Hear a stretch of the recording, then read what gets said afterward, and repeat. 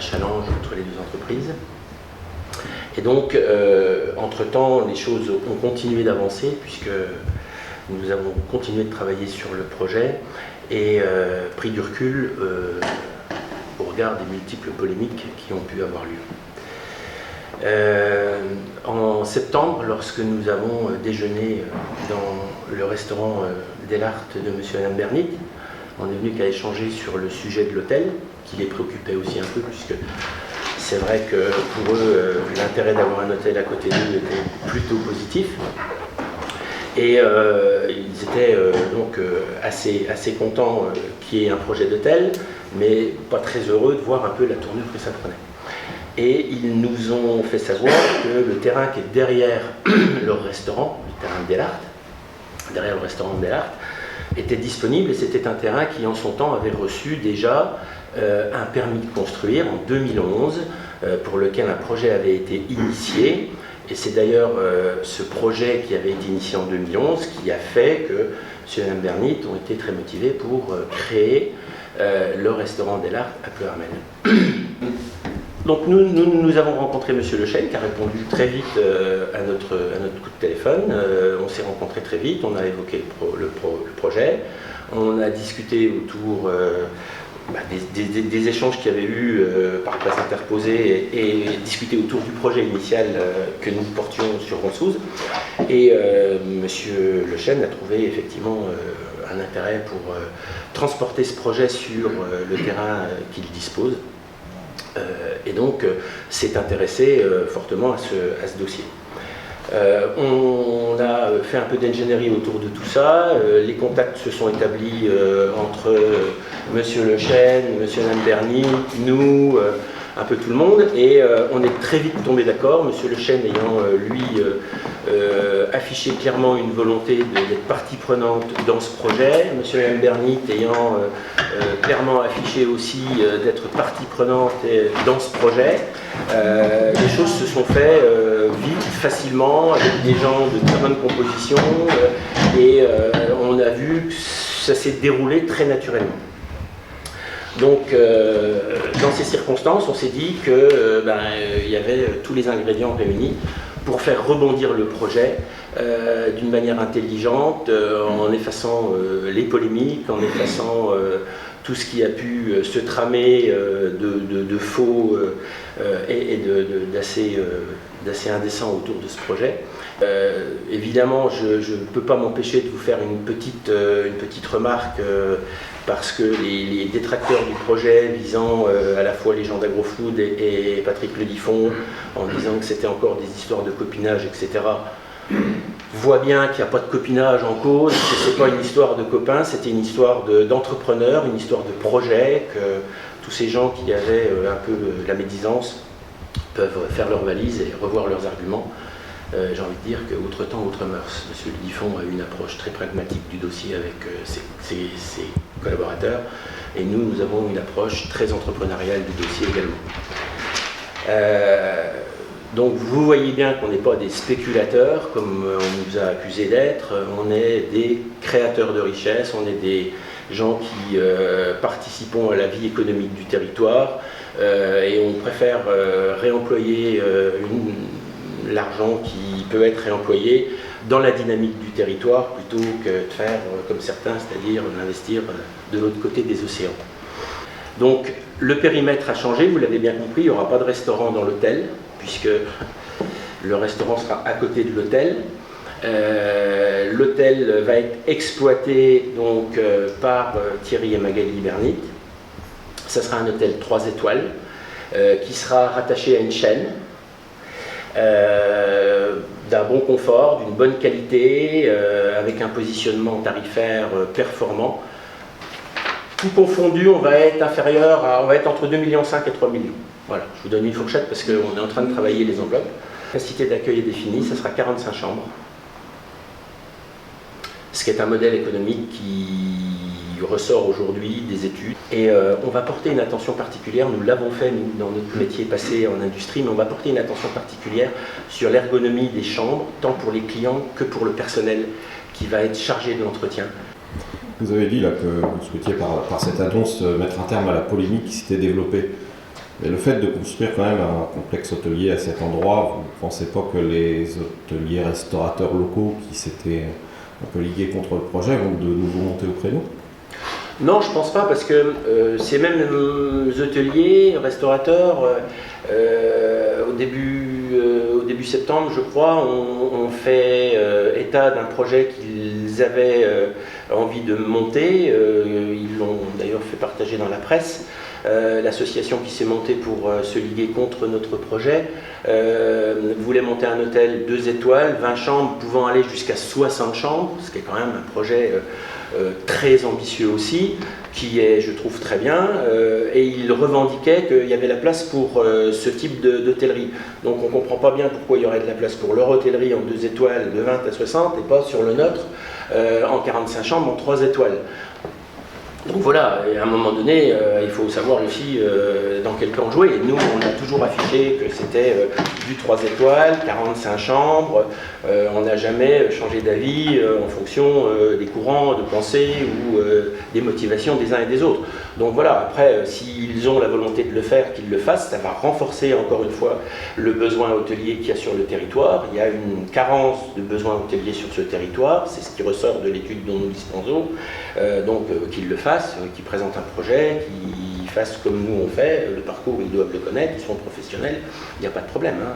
Je ne vois pas comment aujourd'hui ils pourraient dire le contraire de ce qu'ils ont dit il y a 2 mois en arrière. Quoi. Puis l'offre à Pleurmel a changé dans tous les domaines. Hein. Pleurmel est passé de 6-7 000 habitants à près de 10 000 habitants. Les zones commerciales se sont fortement agrandies. Les efforts qui ont été faits sur le plan des infrastructures sportives ont aussi fortement amélioré ces dernières années. Le seul domaine qui n'a pas évolué, c'est le domaine de l'hôtellerie. Donc c'est un peu antinomique par rapport à l'évolution de la ville de Pleurmel et au devenir, parce qu'un jour on sera peut-être 12 000 ou 15 000 habitants. Donc il faut faire évoluer sa ville et vivre avec son époque, je pense. De souligner que le projet monté par l'association, qui est d'ouvrir un établissement de plusieurs chambres en 2 étoiles, peut être aussi complémentaire de l'offre existante. Donc nous, on vient clairement s'engager aux côtés de M. Le Chêne, qui représente le Rivim, et auprès de François et Caroline, sur un projet global qui, pour nous, était déjà d'actualité en 2012, hein, puisque François le soulignait et Pascal, notre arrivée était conditionnée au montage du projet hôtelier qui devait se faire donc en 2012. Et lorsque nous avons donné le premier coup de pioche, en fait, le permis de construire de ce premier projet d'hôtel, en fait, s'est vu retiré. Ce qui ne nous a pas découragés d'ailleurs, puisque nous avons la progression que nous connaissons sur Roncouze, avec une offre de restauration très large. Et déjà à l'époque, on avait un petit peu soulevé les émotions de voir arriver un 140 couverts sur Roncouze. Je dirais que toute offre, que ce soit de la restauration ou de l'hôtellerie, à partir du moment où elle est complémentaire et qui va dans l'évolution du pays, c'est à nous, j'ai envie de dire que le meilleur gagne, c'est à nous de démontrer notre capacité à faire venir des gens sur le pays, des familles. On parlait bien sûr des sportifs, mais pas que. Beaucoup d'offres de tertiaires se développent sur le pays. Nous le voyons depuis notre arrivée en 2012. Il y a une forte demande au niveau de l'hôtellerie sur le pays. Et des reports peuvent se faire sur la ville de Rennes, sur la ville de Vannes, sur la ville de Lorient, avec la 4 voies qui est un axe stratégique en cœur de Bretagne. On est à une demi-heure, 3/4 d'heure des villes que je viens de nommer. Donc il est facile pour un VRP sur la route aujourd'hui, avec des éléments informatiques qui existent, de faire une demi-heure de route de plus pour aller chercher une offre hôtelière à la hauteur de ses exigences. Voilà, donc nous on rentre avec Magali, on a répondu présent et on était force de proposition des différents acteurs. Pascal soulignait le fait qu'on croit aux hommes et c'est ce qui a fait que on est vraiment en symbiose là-dessus. C'est que ce projet il n'est pas porté seulement par M. ou Mme Berny ou par M. Le Chêne de Rivim ou par Caroline et François, mais véritablement par une équipe et que l'on espère gagnante au final. Rendez-vous dans quelques années pour démontrer une fois de plus notre savoir-faire. François a souligné mon parcours d'hôtelier. C'est vrai que j'ai tenu un hôtel Ibis sur Auxerre à 80 chambres, un hôtel Mercure pour pas les citer de 90 chambres. Voilà, c'est des choses que je connais. Le monde de l'hôtellerie ne m'est pas inconnu. Voilà. Et est en complémentarité en fait avec mon métier premier de la restauration. J'espère arriver au même résultat hôtelier que notre résultat actuel en termes de restauration, c'est-à-dire des évolutions continuelles à 2 chiffres. Voilà. Et que les personnes qui se permettent aujourd'hui de critiquer des usines à bouffe, j'ai cru dire ça dans un de vos journaux cet été, avant tout, c'est avant tout respecter ses collaborateurs. Vous avez un calendrier de réalisation de votre projet? Il y en a un, oui. Vous pouvez nous le donner? Alors vous savez qu'en termes de construction, les calendriers sont toujours un peu... écoutez, je pense que ça va être fin 2017, si tout va bien, début 2018. Voilà, entre les deux. Le Diffon, alors vous êtes un maire heureux, parce que du coup, vous perdez un projet, vous en gagnez 2. Moi, si j'ai quelque chose à dire, c'est que cette décision, cette opération, ça me simplifie la vie quand même. Ça me simplifie la vie parce que, pour revenir un petit peu à ce qui s'est passé, je me suis retrouvé face à un choix cornélien entre un investissement dans un hôtel-restaurant de qualité, structurant, qui, à mon avis, correspondait à un besoin. D'ailleurs, je dirais, si investissement il y a, c'est qu'il y a eu étude préalable de faisabilité et de justesse. Hein, le dimensionnement était bien à ce propos. Bon, alors, je dirais, ça me simplifie la vie parce que j'avais en face également la proposition d'un industriel pour y venir, y mettre une base avancée de son entreprise avec différents éléments qui, à mon avis, peuvent être structurants pour le territoire et j'espère seront structurants à présent, puisque pour lui la voie est libre et comme je l'ai annoncé à la préfecture l'autre jour, la semaine dernière, évidemment, il est seul en lice pour pouvoir occuper tous ces espaces d'aujourd'hui à Ronsouze. Qui va aller au bout. Vous partagez l'analyse des porteurs de projet de dire qu'il y a de la place pour tout le monde et à combien vous évaluez le potentiel en besoin de chambres sur le territoire? Vous savez, je ne suis pas un spécialiste. Je ne suis pas un spécialiste, mais pour ça, je sais aussi me référer à des études préalables qui peuvent être réalisées. J'ai vu les études préalables telles que François Chinger et Caroline Butel m'ont présenté déjà lors de leur premier projet.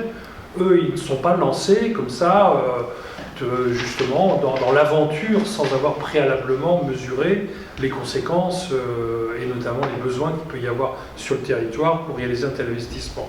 C'était tout à fait cohérent et à mon avis, c'était quelque chose qui était tout à fait pertinent sur le territoire. Ça, c'est une première chose. La deuxième chose, c'est que je suis moi aussi en contact ici et là avec des clients potentiels.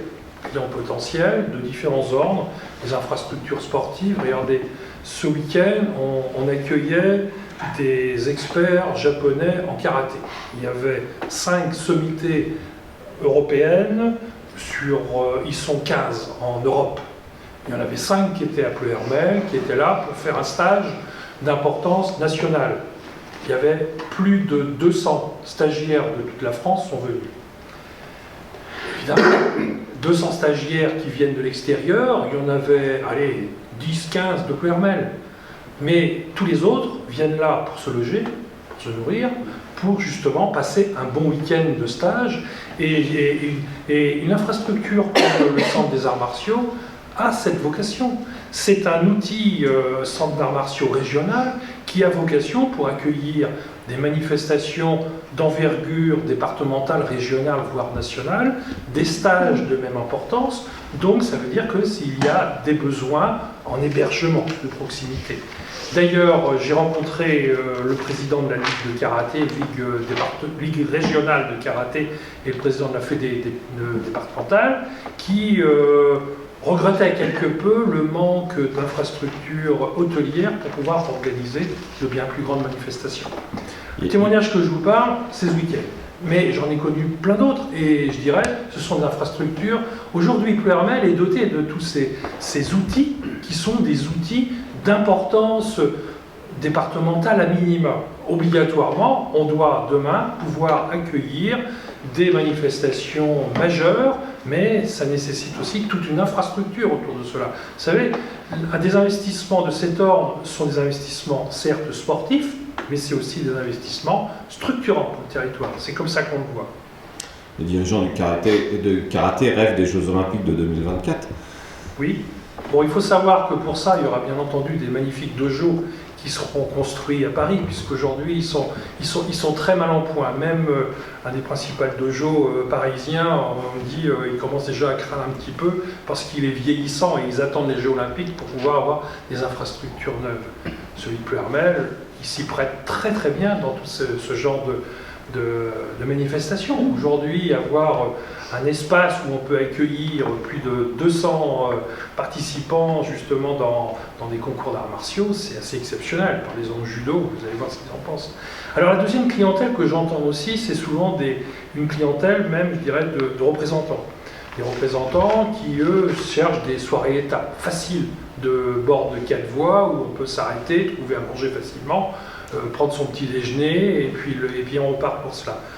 Souvent, ce que j'entends, c'est que ils passent, ils vont à Vannes, ils restent à Rennes, des éléments de ce genre, mais Ploërmel n'est pas une ville-étape à ce titre-là. C'est cette clientèle qui, à mon avis, est certainement aussi à capter